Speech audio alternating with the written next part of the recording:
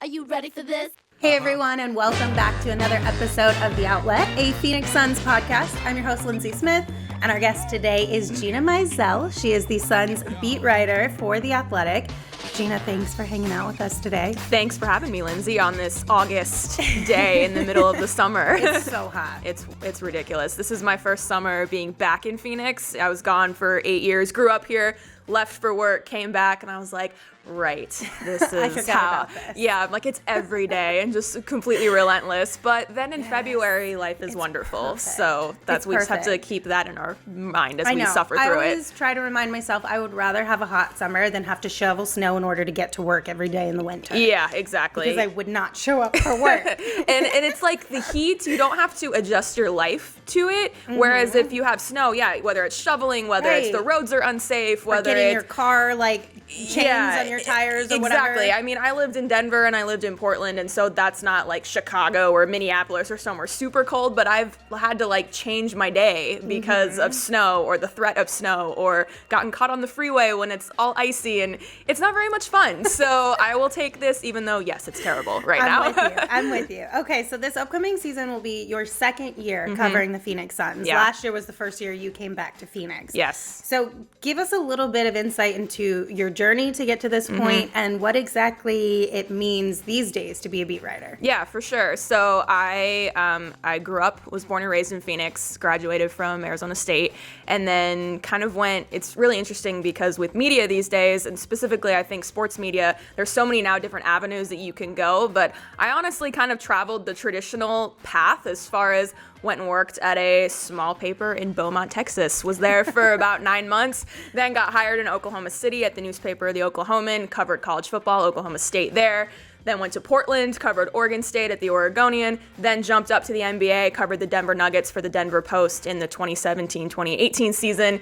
And then when The Athletic launched in Phoenix, that was kind of the perfect opportunity where when I was contacted and was like, hey, you ready to come back home and to cover the Suns? It was a pretty fantastic opportunity. So yeah, it's been kind of an interesting path. I've moved, 5 times in 9 years, basically, lived in a lot of places, done a lot of really cool things, but obviously it's incredibly rewarding now to be back in my hometown, to be covering, a professional beat in this market, to be working at a company like The Athletic, which I think is really changing the way that sports media is done and the way that we write and the way that, sports and games and teams are covered. And so to be part of all of that is super exciting. And obviously to be back home close to my family is wonderful as well. So yeah, thrilled to be here and looking forward to, after a little bit of downtime, looking forward to the second season on this beat. Yes, absolutely. And like you mentioned, everything's kind of changing in that landscape. I mean, I've seen it change just in the couple of years or so. I'm going to say couple just to make myself feel better since I graduated college. Yes. To what it is now, how fans are consuming content, what type of content they want to consume. So how have you seen the beat writer role change? Because I feel like traditionally it was mainly just game coverage. Yeah. Or am I a little bit off on that one? No, I think that's fair. And a lot of beat writing was a lot of the nuts and bolts coverage, like what's the news of the day? Yeah, covering games, having something in the newspaper every day, which now I think a lot of places are sort of moving away from that. And The Athletic, I feel like, is sort of at the head of that as far as, I go to a lot of games and don't write what happened at the game. I go to a lot of games and don't even technically cover the game. I'm still there doing interviews. I'm still working. I'm still obviously watching the game, and that helps you build context on what you're reporting on and just being an observer and an insider as far as the team is concerned. But, we focus on quality over quantity, where I've worked at places, again, I was in newspapers my whole career until I came to The Athletic, where I would write sometimes 5 or 6 times in one day. And I mean, it's a grind. And so, it's not that it's not a situation where I'm like writing once a month or something like that. I'm still writing maybe 3 to 5 times a week, but with that extra time and with the, not the pressure to put stuff out constantly, that allows me to dive into stories more, to make that extra phone call, to go through an extra editing process, where before it was like, okay, my editor would read it and it would go up online. Like, we actually, I feel like, have the time to flesh out those stories, and that's the most rewarding reporting for me to do, is the stuff that takes a little bit longer, whether it's a feature on a player, whether it's something that's explaining something behind the scenes as far as why a certain aspect of the team is happening this way or something like that. So no, it's been a really good situation for me. I think a lot of us who work at The Athletic, and maybe some other outlets as well, are like Thank you. We're just not so bogged down all of the time. And so it's been really refreshing. It helps, with the work-life balance a little bit too, which it's a grind during the season. But it's been kind of interesting to see how things have changed because frankly, if you care about a game or you're watching a game, you don't need me to tell you what happened in the game because you either watched it or you were following along on social media or you can look at the box score after the game or you see the highlights on SportsCenter. My job is to tell you the things that you can't get yourself. My job is to tell you how did this happen? Why did this happen? What do the people, whether it's coaches, players, what are their thoughts about what happened? What's their process? Like all of that is what my job I feel like is to do. And so that's kind of how I think the industry and like our job specifically as beat writers has changed. Yeah. And I think it's also really neat to be able to get some more insight into players because for sure. Back in the day, you just liked teams. And that was kind of what you did. You liked teams and the game. Nowadays, you can have favorite players all across the league, across multiple leagues, and really be able to follow and connect with all these different athletes that you care about and still support a team. But you get so much more information and background on them. Right, exactly. It makes you like them as a person. Sure. And I mean, obviously players now have their own ways to get out stuff about them, whether it's through Twitter or Instagram or just their various social media channels. But honestly, sometimes that'll inform my questioning. I'll be like, hey, you posted this thing about you were with your mom or you were on this vacation or you were with like a friend and you had some sort of motto or something like that. I mean, the whole Valley Boys thing, that's kind of how it all started was, Kelly Oubre starts posting that on Twitter and we're like, hey, what is this? And that sort of is the impetus of certain stories. So no, I love that athletes are able to express themselves, directly to fans. And then I think that also helps us as journalists be able to be more informed about the people that we're covering. We're not just going into the locker room and just asking random questions about, the game. It's who are these people?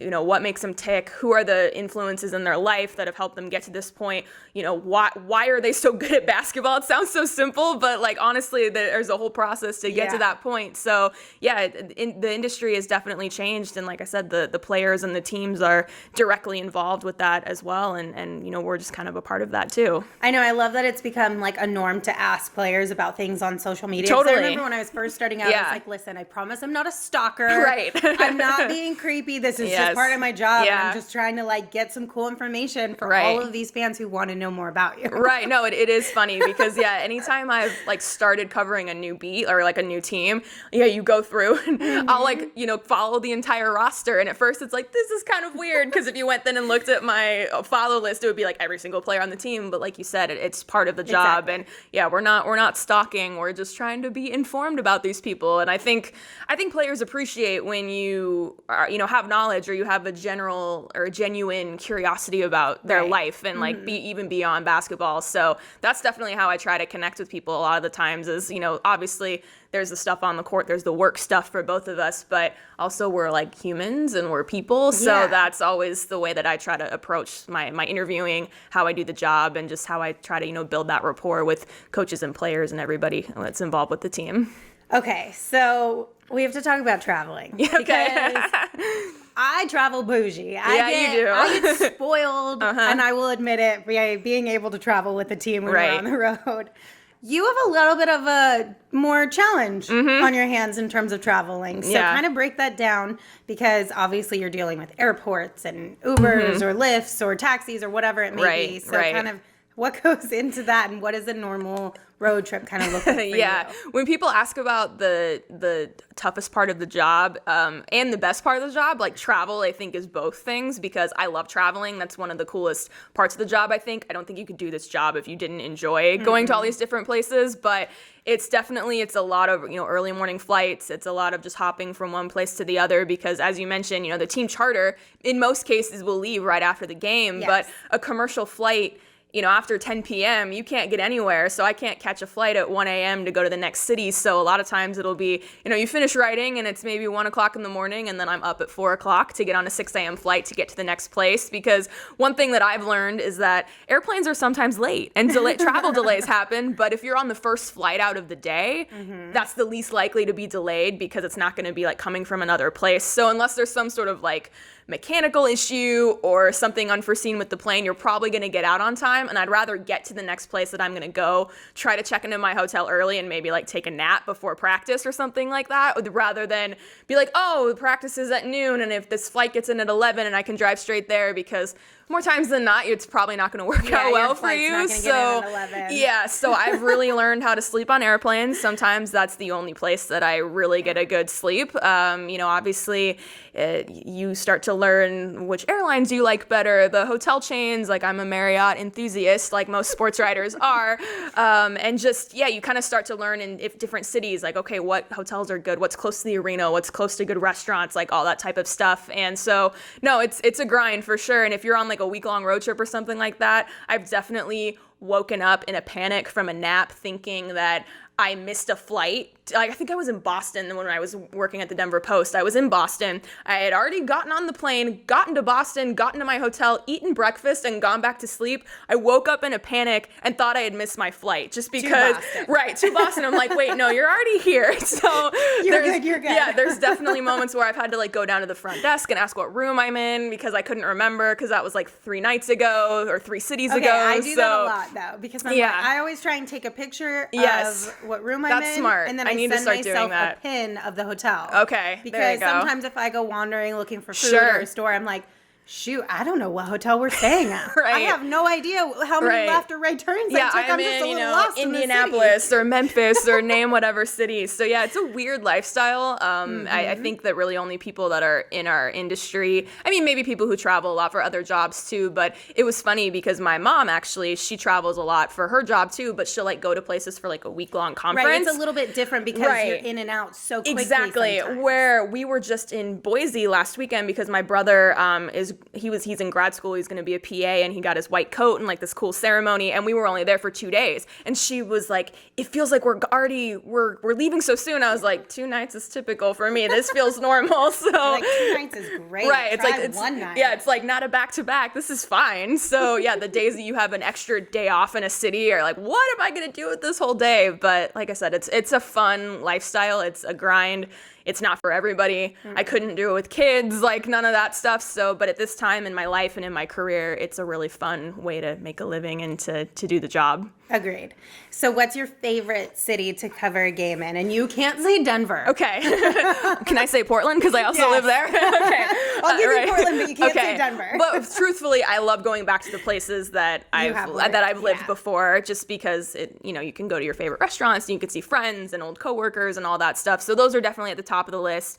I always love the East Coast trip. There's generally, one trip a year where you hit, Philly, New York, Boston, maybe Toronto, DC, and that's always fun to me just because I think it's kind of a novelty for us that live out west, that it's the only time you get to go out there the whole season. You get to actually bust out some coats. Right, exactly. I mean, last year we were in New York during Christmas time last year, and just, being able to walk and see the trees and all the big tree in Rockefeller and all the decorations and all of that, plus covering games at Madison Square Garden is pretty cool as well. I still haven't been there. Oh, man. That's like one of the places that's on my list. Of like, I have got to get on a trip to that city. Because I haven't been to New York at all. Not even just for vacation. Yeah. Like, I gotta go. Yeah, you have to. And so I always love that trip. Hopefully this coming season, maybe the schedule will be released by the time that this is out. But hopefully it's not in the dead of winter, although now it probably will be just because I said it. But I just jinxed it. But yeah, Madison Square Garden, the media seating there is pretty terrible. You're basically in the second deck, but still, even before the game, if you're on the court during warm-ups or something, you feel like you're in a cool place. It's so historic. Exactly. And I feel like, LA is obviously going to be like that this year with both the Lakers and the Clippers and the star power on those two teams, and that's always pretty cool. And then I'm really looking forward to going to the new Warriors arena this year too in San Francisco. So that'll be fun to add to the list. I hit San Francisco, or technically Oakland. Yeah. If you want to be. Yeah. Particular about it. Please don't at me. Yeah, east side of the bay, yes. For the first time this past season. Okay. So I was really glad that we finally got to get out there and I got to experience before that arena gone. before the move. Yeah. Because it's just kind of, you try and get to all these different places. But all these new arenas makes me so excited for the Suns renovation. I know. Because, I mean, in Milwaukee, they have some heated seats. Yeah, it's They've got intense. chargers right on their phones. Like, it just looks so cool and everything's so modern, and the video boards are great. So I'm super stoked for our Renovations. Have you been to Indianapolis yet? I have, but honestly, everyone talks about that arena, and I can't remember it. Okay, because the video board, the trip, and I'm just video board is massive. Like it's sort of like the Cowboys football stadium where you find yourself watching the board instead of like the floor is right there. Yeah, it's right there, and it's so huge. But yeah, but you're right. Several of the arenas are super high tech. And yeah, this building is in need of a facelift, hence why the renovations are happening. So it'll be really nice once it's all done. I'm super excited. Can we just have the Wi-Fi fixed first? Or upgraded first. That's my one request. That's my only request, is to have the Wi-Fi upgraded first before anything else. So I can be on Twitter. Yeah. So when you guys ask me questions on Twitter, I'm not sitting there going, I can't reply to you because my Wi-Fi's not working. I feel you. Yeah. I feel your pain. I do. I promise. All right, let's talk about this upcoming season. We have a lot of new faces to get to know, both players' side and coaching side. What is one of the top things that you're looking forward to this year? Yeah, I think just how all these new pieces fit, because the roster was basically overhauled. Other than the core pieces that Suns fans know and love, it's a very different group. But I think if we want to just start kind of traditionally, just how much of an impact Ricky Rubio makes, I think will be a huge thing to watch. Just because, as we know, it's been pretty well documented, the Suns have had issues at point guard for the last couple of seasons. So to have a veteran, a guy who wants to distribute, who's really good in the pick and roll, who can play some defense, and who will be a really good locker room presence, I think I'm just really interested to see his impact on the entire team, not just what he brings individually, but then how his impact sort of trickles throughout the rest of the roster. So yeah, starting with that and sort of moving on from there, I think is a good place to begin. Yes, I'm with you. I think that's going to be so much fun to just see all these new faces and how, not just individually, but like you said, team-wise, how much of a difference it makes. Right. I know fans are super stoked to have Kelly Oubre back. Yes, absolutely. How much are you looking forward to that again? Because we only got like half a season with him, so I'm looking forward to having a few more years of Kelly Oubre and his waviness here. Yeah, exactly. Well, you talked about just getting to know these guys as people, and Kelly's such an interesting guy that I feel like there's a lot to still mine there as far as, again, what makes him tick, what why he is as flashy as he is, why he kind of, where his personality comes from, all that stuff. And then just he's really fun to watch on the court too. He gives a jolt of energy no matter what he's doing. So yeah, I think I understand why fans were super excited to bring him back. I think it's a good deal on both ends, and yeah, I'm curious to see how he kind of asserts himself, and what happens with him and Mikal Bridges, and how that kind of competition shakes out, and how much do they play on the floor together, how much is it Dario Saric at the 4, like, just there's a lot to figure out, which probably the coaching staff is wondering all these same things, probably things way deeper than this, but I mean, they don't know either until the guys get on the floor for training camp and in the preseason, which is coming up right around the corner. Yeah, that'll it's be crazy. Fun. What about Ty Jerome and Cam Johnson, our draft pickups this year? What are your thoughts on those guys? Yeah, obviously, the draft night was a little polarizing for the Suns from an outsider's point of view with the trade and then taking Cam Johnson. Funny story, I was at the draft. Cam Johnson was not at the draft. So that just shows kind of the surprise factor of him being picked there. But he obviously fills the need as far as a shooter, and I think kind of represents a very clear shift in philosophy as far as getting guys who have a bona fide skill set and have something that they can contribute right away versus maybe some, picks in the past that were based more on potential and upside that potentially did not pan out. So yeah, Cameron Johnson's older. I mean, he's older than Devin Booker, but he can shoot. He's, versatile enough. James Jones thinks to play like both the 2, 3, and even the 4 a little bit. So yeah, I think that's going to be really interesting to see how he fits in immediately. And then with Ty Jerome, I mean, again, also another point guard, but a guy who obviously needs a little bit of developing. But, James Jones called him the best playmaking lead guard in the draft. And so somebody that they wanted to trade back into the first round to get. And so, no, obviously comes from a winning program, won a national title at Virginia. And so, yeah, both of those guys, curious to see how they fit in immediately and who's in the rotation, what kind of role do they fill. But yeah, it was good to meet both of them in Vegas. Wish we could have seen them in Vegas, but NBA rules are bizarre, and that's why they didn't play. They are. Yes, they are. I'm glad you brought that up, because a lot of people always ask, like, why aren't you doing this? Why aren't you covering that? Right. I'm like, it's the NBA, man. Like, I can't. Yeah. Well, I'm not in charge and of honestly, this stuff. I'm really fascinated to see if the league changes something. Right, because the Suns were kind of the first team to pull their guys out for that reason. And then, the Timberwolves did it with Jarrett Culver as well. Like, DeAndre Hunter only played, I think, in one game. Like, guys were being sort of pulled out left and right. And Summer League has become such a massive thing and they bill it as, come see the stars of tomorrow, come see the top draft picks. And when nobody's playing, either for, technicality reasons, or if a guy gets hurt, which I certainly don't advocate for somebody playing if they're hurt. But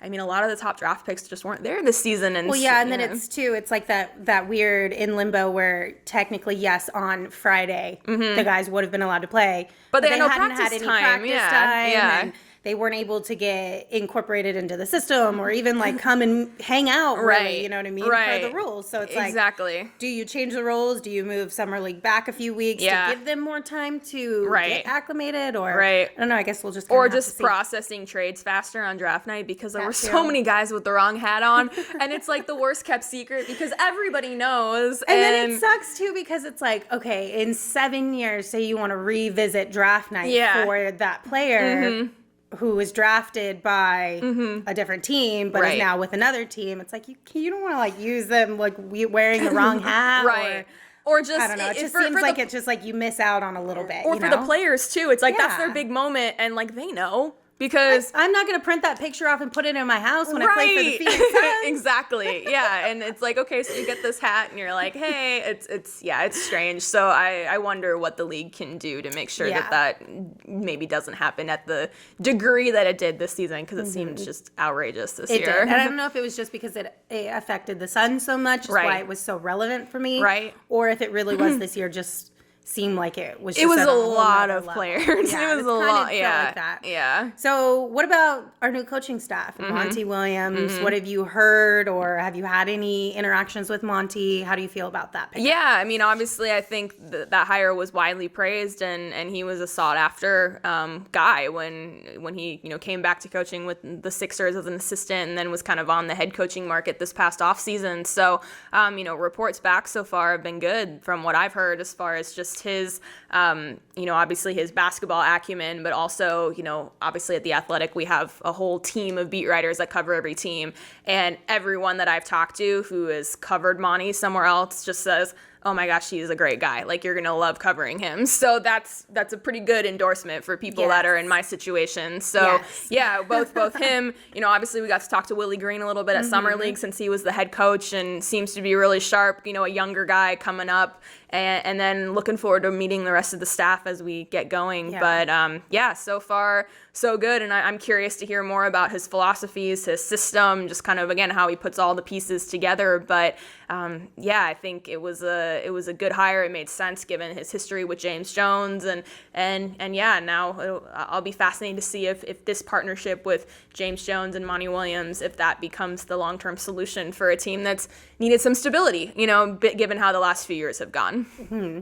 Yeah, I'm really looking forward to seeing just how all these pieces kind of come together this year. So I think there's a lot of excitement around here too. It just seems like there's really positive energy and good vibes all around this arena. So can we just get to basketball season yet? NBA basketball season Yes, yet? agreed. No, like I said, I'm ready to take a little bit of time, because it's crazy. I mean, it's funny because when you talk about, what do people ask you about the job? And it's one of the most common questions I get is, so what do you do in the off season? And I'm like, do you follow the NBA at all? The off season? The same thing, just maybe don't travel as much. Right. It's like, but it's insane when it goes from, the season ends and there's kind of a little bit of a break at the end of the season. Obviously there was some change, both front office wise wise and coaching staff wise. So that gives you some work to do, but there's still a little bit of a break. But then you get into the draft coverage. Yeah, and that's the lottery. Like I was in Chicago for the lottery and the combine, and then the draft and free agency and summer league. It's like boom, boom, boom, right back to back. And then you have like about maybe a month. Yeah. Like August for the most, yes. a little bit of the end of July and August, and that's about it. And then September, everyone starts coming back. Exactly. You start getting back into the groove, and right. then training camp, and then before you know it, the season's here. Exactly, and then you're on the freight train that does not end until mid-April. It's crazy how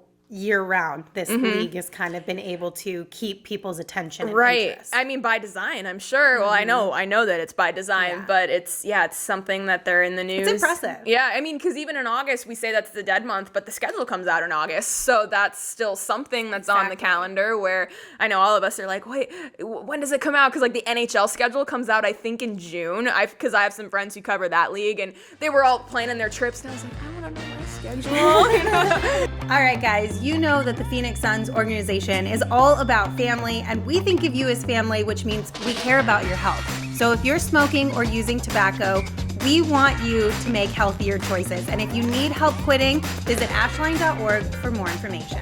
Okay, so one thing I want to talk about that I thought was really cool that came out recently was the NBA's continued push towards mental health and improvement for not just their players, but the organizations as a whole. Yeah. It's something, that's been a couple years. Guys like Kevin Love have been outspoken about it.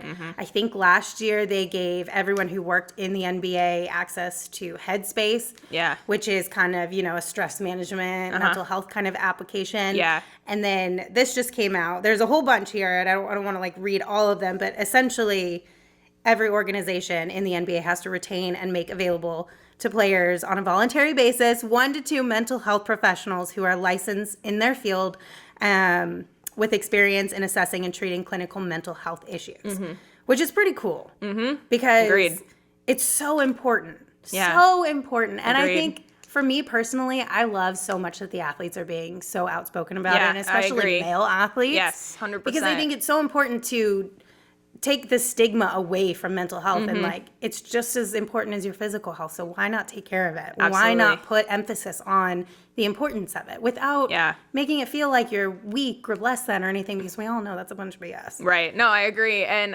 it's very encouraging to see just how much has happened in basically 2 seasons, because Kevin Love came out with his Players Tribune article, and then before that DeMar DeRozan, he was kind of the first prominent player to really kind of crack open himself in that way, which is so brave. And so, like you said, the stigma needs to be erased, but the only way that we erase it is by people being open and vulnerable and people that the everyday person can look up to. Absolutely. You think this person is cool or he's successful and I want to be like that person. Right. And now they're saying this is no big deal.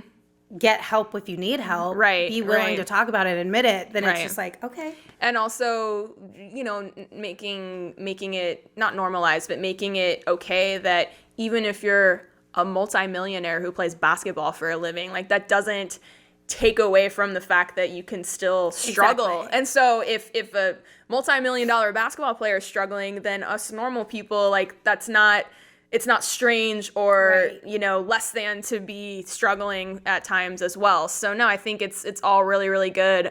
If people haven't read last summer, Jackie McMullen, terrific writer for ESPN, she did a 5-part series on mental health in the NBA, and it was just tremendous and just, again, really shed some light from a number of different players. And so I think initiatives like that, or, the more exposure that it gets, it prompts changes like this to be made. So I hope that continues. And I mean, you hear this off season when Jeremy Lin did that, either in an interview or a speaking engagement, he was talking about, being at rock bottom and again, and during free agency and not feeling, basically feeling like his NBA career is over. And again, in some cases, I feel like he was mocked for that, but I think the overwhelming reaction was empathy and understanding and just feeling supportive, where I think a couple years ago that might have been flipped, and where it would have been a few people feeling empathetic, but most people being again, you make so much money, you play basketball for a living, your life is terrible. It's okay, again, mental health is in a lot of cases it has nothing to do with any of those outside factors. So no, I think any way that anybody can speak out and the developments and the progress that we can make in that regard, in particular in the NBA, is really good. And it shows just that the league continues to be progressive, which is one of the reasons why I love covering the league, is because of those initiatives and the progressive nature of it. All right, guys, if you have been trying to quit tobacco, but you're having a hard time doing it, ashline.org is here to help you. They've got quick coaches and tons of resources. So visit ashline.org and find out how you can get the help you need today. Okay, last thing I want to talk to you about is just social media. Yes. And kind of how it has helped you in your career, some of your favorite things about it, maybe some of your least favorite things about it. So let's start with a really easy one. If fans aren't following you on Twitter, where can they follow you at? Super, super complicated. It's just my first name and my last name. So at Gina Mizell, GinaMizell. Yeah. Perfect. All right. So how has social media changed or helped you throughout your career? Yeah, I mean, it's wild that I remember when I first started using Twitter, I was still in college and we were using it to live tweet ASU football games. And I remember the first time using it being like, no one's going to read this. Like, what is this? I don't even understand what this is. And I have 16 followers and they all have eggs as their profile picture. I didn't know that you could like look at your mentions. I didn't know what the little @ sign even meant. And so it's crazy how in, 10 years, basically, how much everything has changed. But obviously it's a huge part of the job. It's a way to promote your work. It's a way to, I hate the phrase building your brand, but it's a way to sort of personalize yourself to the readership, to the fan base, however you want to describe it. And yeah, I try to answer questions when people have them. It's fun to have some back and forth, about basketball, about non-basketball things and all of that. But mostly it's a work tool and a way to get our stories out and to, promote our work and all of that. So that's probably what I like most about it, is the direct connection to the fan base. But that's also the worst part about it too, if it turns nasty. So, I haven't dealt with things that, I've heard horror stories about some stuff that people have had to deal with. I feel like I've been really lucky in terms of but the people who are following me and commenting and DMing or whatever. I appreciate it. Yes, yeah. But, I really do. But then sometimes you do just get that random person that just they're clearly having a bad day. And maybe if you're not having the best day, or like you just stubbed your toe, or you just had something weird happen, and then you read the comment on Twitter and it just annoys you or affects you more than it normally would. But my skin's definitely gotten thicker, I feel like, over the years, but still, it has to. But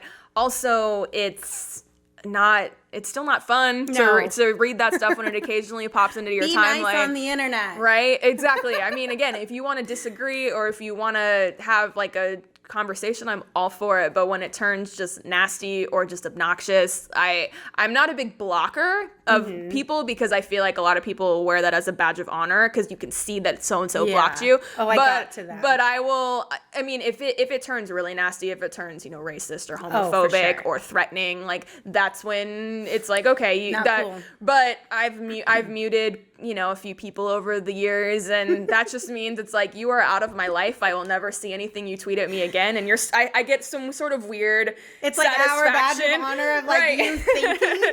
Well, like I get some sort of weird satisfaction out of like them still on their phone or on their computer typing. I was like, I'm never gonna see this ever. Like you don't exist to me anymore. So yeah, be nice on Twitter. Yes. Be kind. Again, if you want to have healthy discourse, I'm all for it. But I find myself, I think this is, again, a problem with society that we could go down the road. I try to not be so glued to my phone, and I try to separate some things and not be so tied to it. But like I said, it's a vital part of our job, so you have to be on it. That.